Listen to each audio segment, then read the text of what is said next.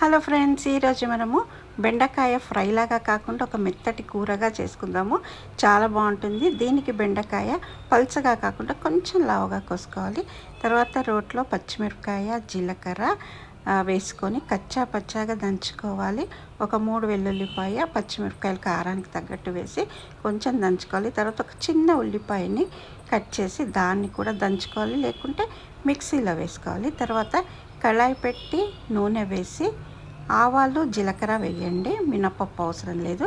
కరివేపాకు వేయండి. వేసి మనం దంచుకుని వేసి కలిపి ఒక 1/2 కేజీ బెండకాయకి ఒక 3 టేబుల్ స్పూన్ వాటర్ వేయాలి. వేసి బెండకాయ వేయాలి. వేసి బాగా కలుపుకోవాలి. కలుపుకొని 1 నిమిషం మూత పెట్టి తీసేసేయండి. తర్వాత సిమ్ పెట్టి దాన్ని మధ్య మధ్యలో కలుపుతూ చేసుకోండి. 80% అయినాక ఉప్పు వేసుకోవాలి. ఉప్పు వేసుకొని 1-2 నిమిషాలు